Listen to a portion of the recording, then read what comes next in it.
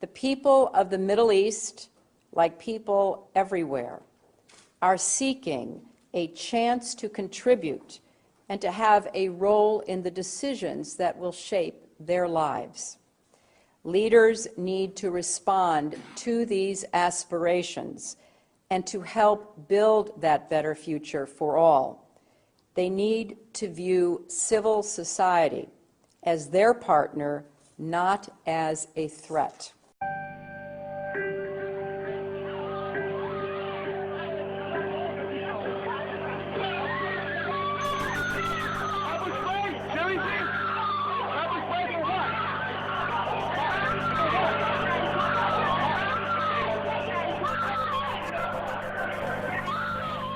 I want to take this opportunity to update the American people about the situation in Libya.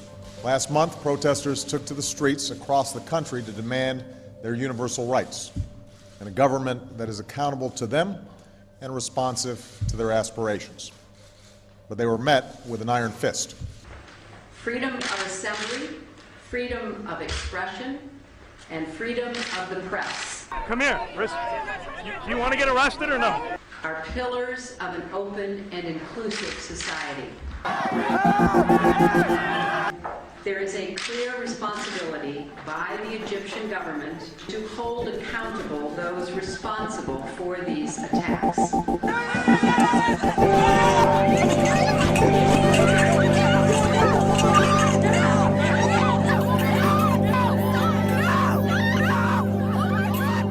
For months, the Iranian people have sought nothing more than to exercise their universal rights.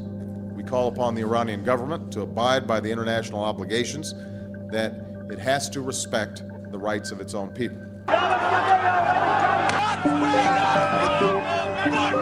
We call for the immediate release of all who have been unjustly detained.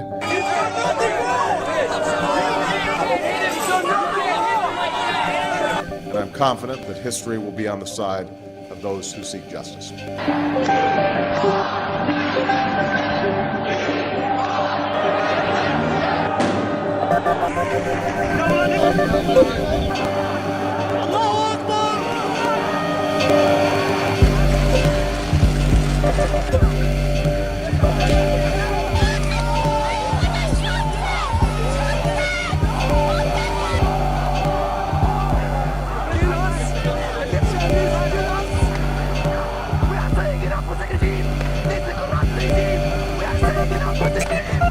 I will not stand by and just watch.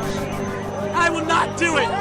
So take me to jail right now, because I will not. After all that my parents gave me, I can do one thing for them and tell them that I would rather die than be quiet and watch everything that they worked for go away. When all of God's children, black men and white men, Jews and Gentiles, Protestants and Catholics, will be able to join hands and sing in the words of the old Negro spiritual. I'm not moving. I'm not moving. And I'm not moving. I'm a law student at George Washington University, and I'm not moving. I will go to jail tonight because it's not right. We are against violence, and we would call to account the Iranian government that is once again using its security forces and resorting to violence to prevent the free expression of ideas from their own people.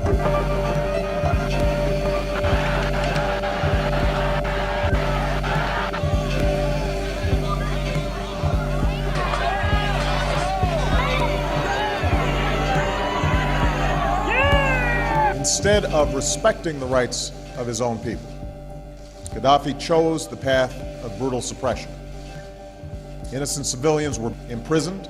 I have not been read my rights. I have not been told why I'm being detained. We want to know the people who are in there. We want to know all their names, what they're being charged with. And in some cases beaten. You can't breathe, officer. Please get off his neck. I need my inhalant. A campaign of intimidation and repression began.